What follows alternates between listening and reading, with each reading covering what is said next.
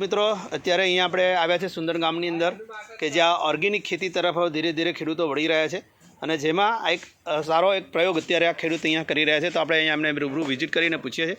નમસ્કાર સાહેબ, શું નામ તમારું? સની પટેલ. સનીભાઈ પટેલ. આ કયું ગામ છે? ભેટાસી વાટા. આ ભેટાસી વાટા. અને તમે અત્યારે કયા પાકની ખેતી કરી રહ્યા છો? મરચી અને કેડ ઉપર આ વર્મી વોશ બનાવ્યું છે અમે. એટલે તમે કેડ અને મરચી ઉપર તમે અત્યારે કયો પ્રયોગ કરવા જઈ રહ્યા છો? આ વર્મી વોશ બનાવ્યું છે. વર્મી વોશ બનાવો છો. આ કેવી રીતે બનાવી છે, જરા માહિતી આપશો જરા? એની અંદર બધું નેચરલ વસ્તુ આપણે ઉપયોગ કરેલો છે. પથ્થરના ટુકડા છે. ઓકે. અને રેતીના પેલા ગ્રેવલ. એટલે નીચેના લેવલ પર જે આ તમે જોઈ રહ્યા છો આ નળ છે, તો આ નળના નીચેના લેવલ સુધી મતલબ એમને અહીંયા સુધી પથ્થર આવેલા છે. ઓકે. પથ્થર ઉપર રેતી છે. રેતી છે. રેતીની ઉપર એક જારી મૂકેલી છે. જારી છે. ઓકે. જારીની ઉપર છાણિયું ખાતર ભર્યું છે. છાણિયું ખાતર ભર્યું છે. ઓકે. અને એની અંદર પછી તમે એની અંદર પછી અળસિયા નાખ્યા છે. Yes yes. તો જુઓ, અને અળસિયાનો ગ્રોથ તમે અત્યારે જોઈ શકો છો. Yes yes yes. તમે જોઈ રહ્યા છો એમને અળસિયા નાખ્યા છે. તમે જુઓ છો આ જે છાણિયું જે ખાતર છે, છાણિયા ખાતરને ઉપર એમને જાળીની ઉપર નાખ્યું છે.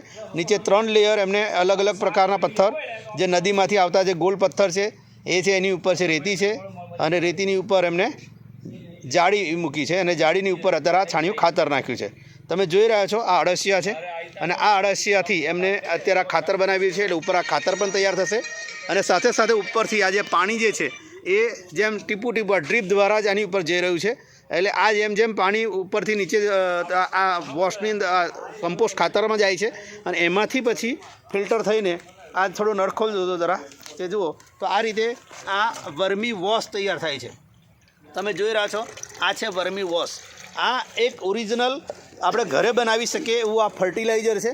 આ ફર્ટિલાઇઝર તમે ડ્રીપમાં પણ આપી શકો છો, અને આનો ઉપયોગ તમે સ્પ્રેમાં પણ કરી શકો છો. તો આમાં તમામ પ્રકારના માઇક્રોન્યુટ્રિયન્ટ અને આ વર્મી વોશ હોવાને કારણે એમાં કાર્બનનું પણ સંપૂર્ણ સારામાં સારું પ્રમાણ આમાં જોવા મળે છે, અને એનાથી કોઈપણ પ્રકારના રોગ પણ આવતા નથી, અને સાથે સાથે આપણને ફાલ પણ સારો મળે છે. તો ફૂલ ખરતા અટકાવવા માટે અને ફાલની અંદર વધારો લાવવા માટે આ એક પ્રયોગ અત્યારે 100% કારગર સાબિત થઈ રહ્યો છે. તો ખેડૂત મિત્રો, તમે આ પ્રયોગ ચાલુ કરો, અને આ રીતે કરવાથી તમારા ખેતીના ખર્ચાઓ ઘટશે. જેટલું આપણે પ્રોડક્શન આપણે જાતે કરશું એટલું જ આપણે બહારથી વેચાતું લાવવું નહીં પડે, અને એનાથી આપણા ખર્ચાઓને આપણે ઓછા કરી શકીશું. અને આ રીતે જો આ પ્રોસેસ કરવાથી આવી ઘણી બધી માહિતીઓ તમને અમારા માધ્યમથી, અલગ અલગ ખેડૂતોના અનુભવોના માધ્યમથી અમે તમને પહોંચાડી રહ્યા છે. તો તમે આ ઉપયોગ કરો, અને ખેડૂતો આ ઓર્ગેનિક ખેતી તરફ વળો. આજે સરકારશ્રી પણ આજે ઓર્ગેનિક ખેતી પર બહુ ભાર આપણને આપી રહ્યા છે. એમાં ઘણી બધી રાહતો પણ આપણને આપી રહ્યા છે. તો સનીભાઈ, તમારો મોબાઈલ નંબર આપશો જરા?